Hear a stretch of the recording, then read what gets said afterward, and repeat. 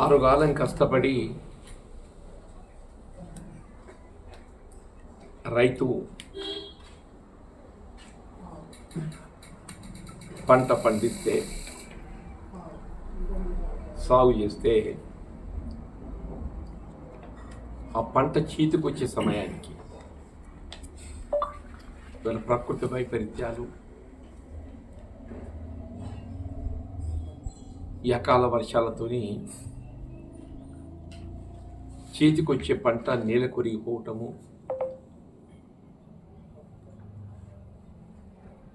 ధాన్యం కళ్ళల్లోనే మొలకెత్తటం, బట్టపల్లిలో ఏదైతుందో దాదాపు 200 ఎకరాల పంట నేల కొరిగిపోయింది.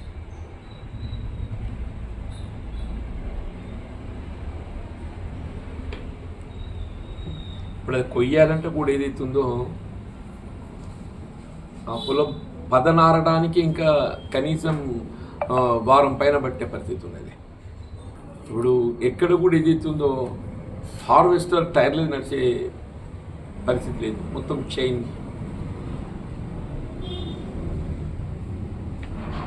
దాదాపు 1 ఎకరానికి 5,000 రూపాయలు హార్వెస్టింగ్ ఖర్చు వచ్చే పరిస్థితి. సగం పంట నీళ్ళ కొరిగిపోయింది, సగం పంట వచ్చేది కూడా ఏదైతుందో అది కూడా ఇవాళ మొత్తం బట్టపల్లి ధాన్యం సేకరణ కేంద్రంలో దాదాపు 100 మంది ధాన్యాన్ని ఆరబెడుతూ రాష్ట్ర ప్రభుత్వం ఏదైతున్నదో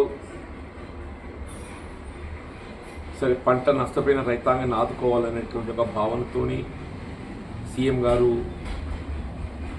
వ్యవసాయ శాఖ మంత్రులు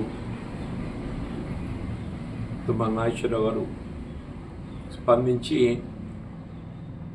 ఎకరా కనీసం 10,000 రూపాయలు ప్రతి ఆర్థిక సహాయం అందింపజేయడం జరుగుతుందని చెప్పిన వాళ్ళు ప్రకటించారు. ధాన్యం తడిసిన మొలకెత్తిన రైతుకు ఇబ్బంది కలగకుండా రంగు మారిన ఆ ధాన్యాన్ని సేకరింపజేయడం జరుగుతుందని చెప్పిన కూడా పేర్కొన్నారు. క్షేత్రస్థాయిలో ఏదైతున్నదో ప్రభుత్వ ఆలోచన విధానానికి అనుగుణంగా రెవెన్యూ అధికార యంత్రాంగంలో చలనం కనబడుతున్నది కనబడతలేదు. ఇప్పుడు నిన్న కలెక్టర్ గారు, అదనపు కలెక్టర్ రెవెన్యూ వారు కొన్ని ఫీల్డ్స్ విజిట్ చేశారు. నిన్న కలెక్టర్ గారు, అదనపు కలెక్టర్ రెవెన్యూ కొన్ని ఫీల్డ్స్ విజిట్ చేశారు. అదనపు కలెక్టర్ బహుశా మల్యాల మండలం పోయినట్టుంది, కలెక్టర్ గారు కత్తాపూర్ మండలం ఇక్కడ పోయినారు. అంటే ఇప్పుడు కలెక్టర్ గారు ప్రతి ఫీల్డ్ విజిట్ చేయడం సాధ్యం కాదు. కలెక్టర్ గారు ఫీల్డ్స్ విజిట్ చేస్తుండు అని చెప్పంటే అది ఇతర రెవెన్యూ అధికారులకు మార్గదర్శకంగా నిలుస్తుంది. కలెక్టర్ గారు ఒక ఫీల్డ్ విజిట్ చేస్తుండు అని చెప్పారంటే అది మండల స్థాయి రెవెన్యూ అధికార యంత్రాంగానికి ఒక మార్గదర్శకంగా నిలుస్తుంది.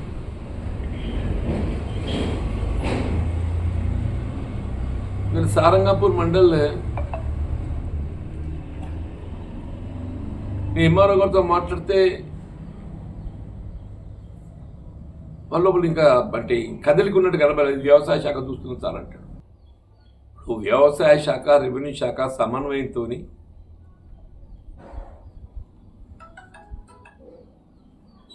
వాస్తవం ఏదైతున్నదో ప్రకృతి వైపరీత్యాలలో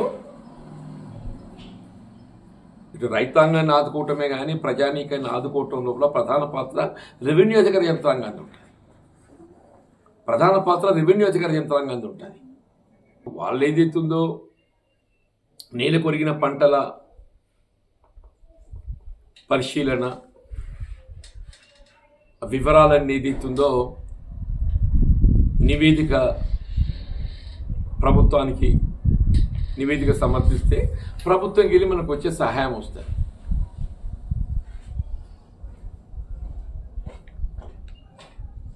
అంటే ఇక్కడ ఏదైతుందో బాధ్యతతో మనం అలసత్వం పనికిరాదు.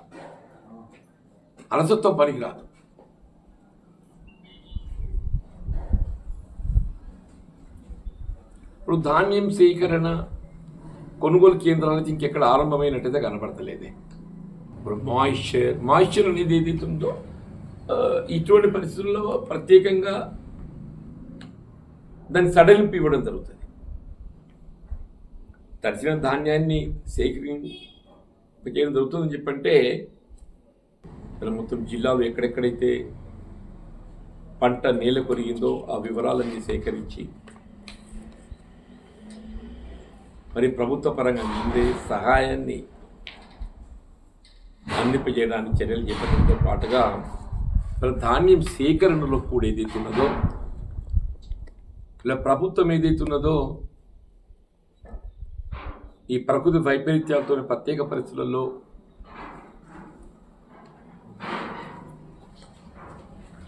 ధాన్యం తడిసిపోవడం జరుగుతుంది. కాబట్టి రైతు ఆందోళన చెందకుండా ధాన్యం తడిసిన, మొలకెత్తిన, రంగు మారిన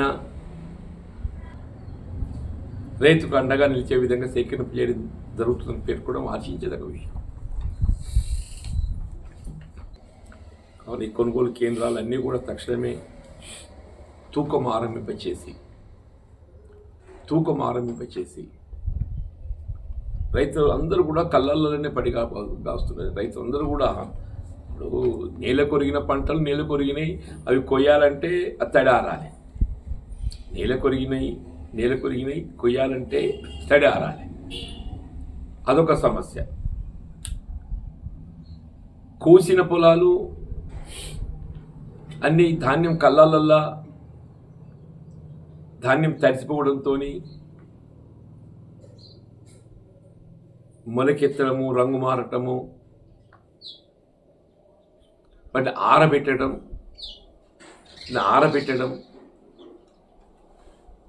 ఇప్పుడు అదొక సమస్య కదా.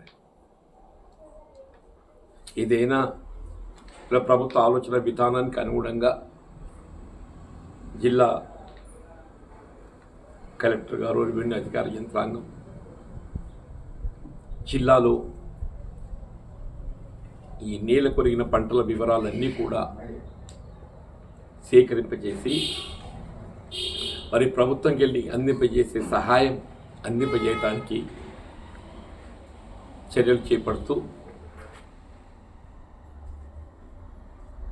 ధాన్యం సేకరణ పట్ల కూడా ఏదైతున్నదో కొంత అవసరం వస్తే నిబంధనలు సడలించైనా కొనుగోలు తక్షణమే ఆరంభింపచేయాలి. రైతుకు ఏదైతుందో ప్రభుత్వం అండగా ఉంటుంది అన్నటువంటి ఒక ఆత్మవిశ్వాసాన్ని నింపవలసినటువంటి ఒక బాధ్యత క్షేత్రస్థాయిలో అధికార యంత్రాంగంపై ఉంటుంది. ఆ దిశగా స్పందించాలని చెప్పిన విజ్ఞప్తి. మార్కెట్ ద్వారా మొక్కజొన్న సేకరింపజేయాలని ప్రభుత్వం నిర్ణయం తీసుకుంటాం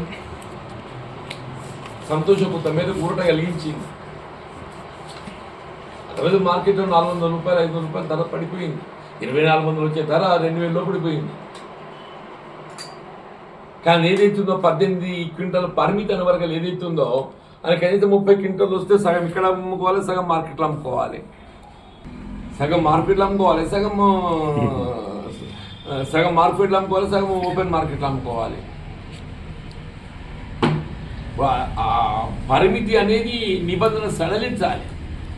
ఇప్పుడు కేంద్ర ప్రభుత్వం కూడా నాఫెడ్ ద్వారా మొక్కజొన్న పప్పుజొన్న సేకరణకు రాష్ట్ర ప్రభుత్వానికి తోడు నిలబడాలి.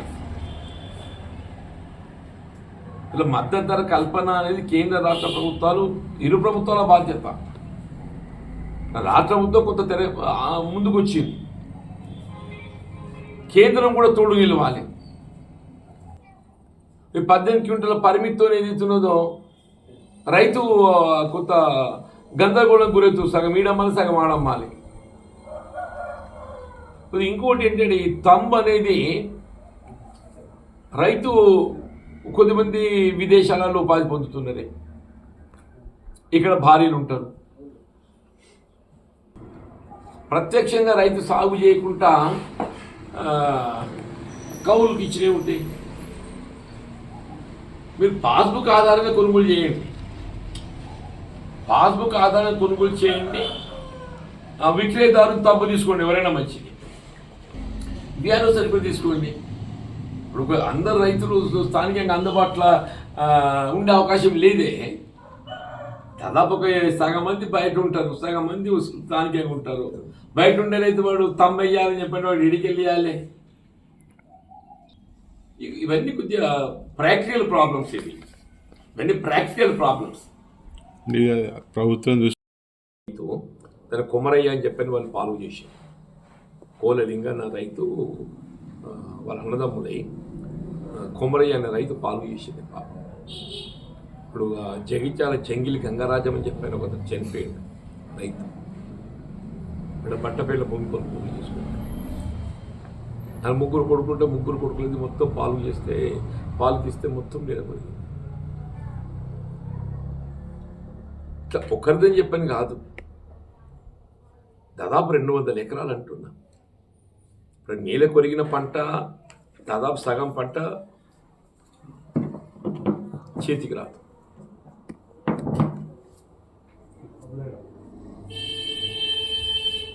హార్వెస్టింగ్ పెరిగిపోతుంది.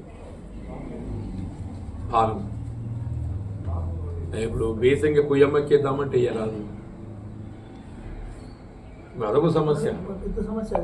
ఇప్పుడు ఏసంగి ఏదైతుందో సాధారణంగా ప్లేన్ ల్యాండ్ అయినట్టయితే కుయ్యమ్మకి వేయద్దు. ఇంకొకసారి భూమి తడి ఆరక నీకు టైర్లది పోయినా లేక చైన్ పోయినా కానీ ఆ మొత్తం దిగి ఏదైతుందో ఆ మొత్తము జాలు పడుతుంది. రెండో పంట కూడా సమస్య చెప్తుంది నేను.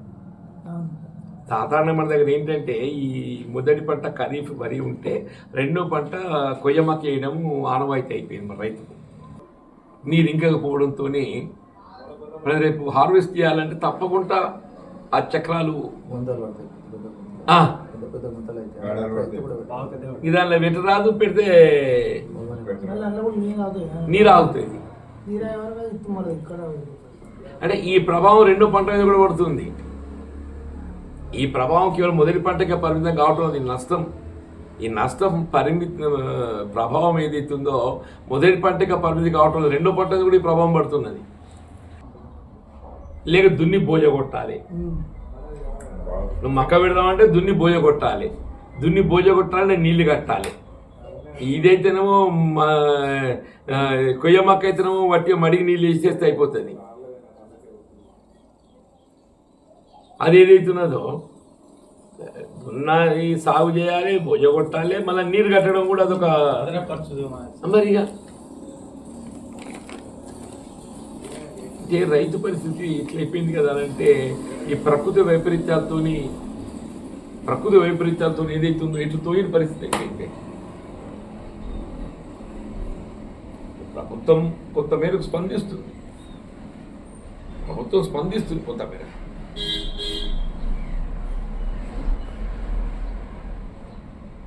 ఇప్పుడు రాష్ట్ర ప్రభుత్వం స్పందిస్తుంది.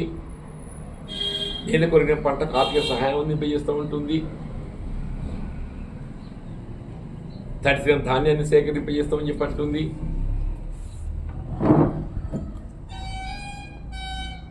అమలు సంబంధించి కార్యాచరణ క్షేత్రస్థాయిలో ఏదైతున్నదో